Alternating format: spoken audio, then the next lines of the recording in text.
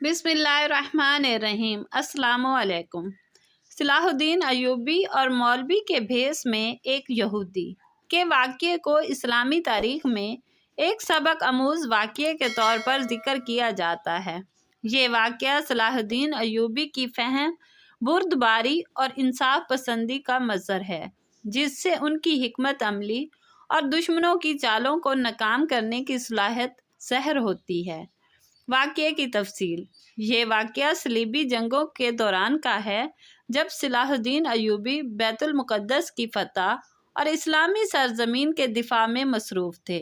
इन दिनों सलाहुद्दीन अय्यूबी की अज़ीम क़यादत और इंसाफ पसंदी की वजह से उनका नाम दुश्मनों में भी इज़्ज़त व एहतराम से लिया जाता था।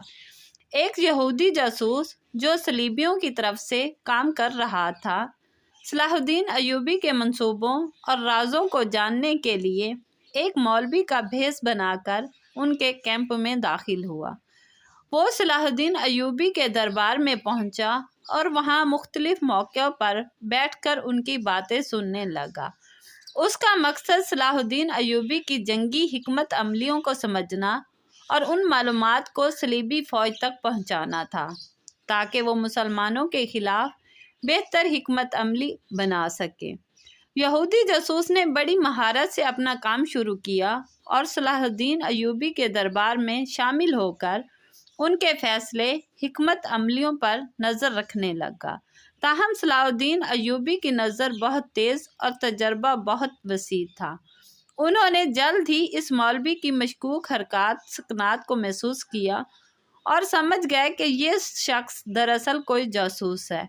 सलाहुद्दीन अय्यूबी ने बराह रास्त इस जासूस को पकड़ने की बजाय हिकमत अमली से काम लिया।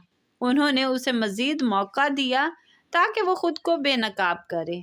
एक दिन सलाहुद्दीन अय्यूबी ने एक खुफिया और जैली जंगी मंसूबा तरतीब दिया और उसे दरबार में अपने मुशीरों के सामने बयान किया, इस नीयत से कि यहूदी जासूस इन मालूमात को सलीबी फ़ौज तक पहुँचाएगा।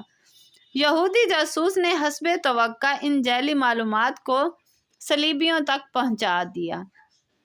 सलीबी फ़ौज ने इन मालूमात पर भरोसा करते हुए अपनी फ़ौजी तैयारियों में तब्दीलियां की और उनके मुताबिक अपने हमलों की मंसूबाबंदी की।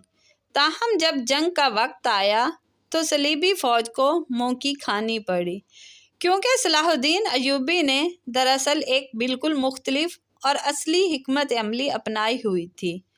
जासूस की चाल नाकाम होने के बाद उसे सलाहुद्दीन अय्यूबी के सिपाहियों ने गिरफ्तार कर लिया।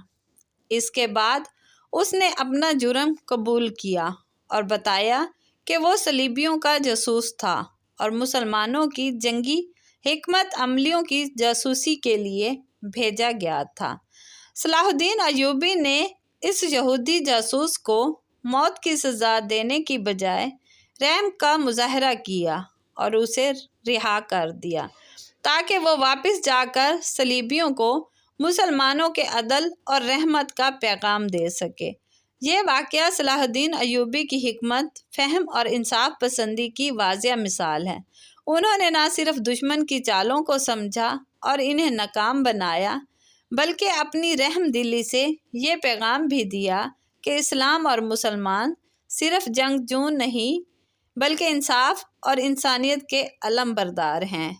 ये वाक़या इस बात का सबूत है कि सलाहुद्दीन अय्यूबी की क़यादत सिर्फ अक्सरी ताकत पर मुनहसर नहीं थी, बल्कि वो ज़हानत, हिकमत अमली और इखलाकी असूलों के भी पाबंद थे।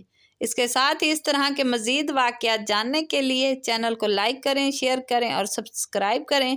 दुआओं में याद रखें। अपना ख्याल रखें। अल्लाह हाफिज़।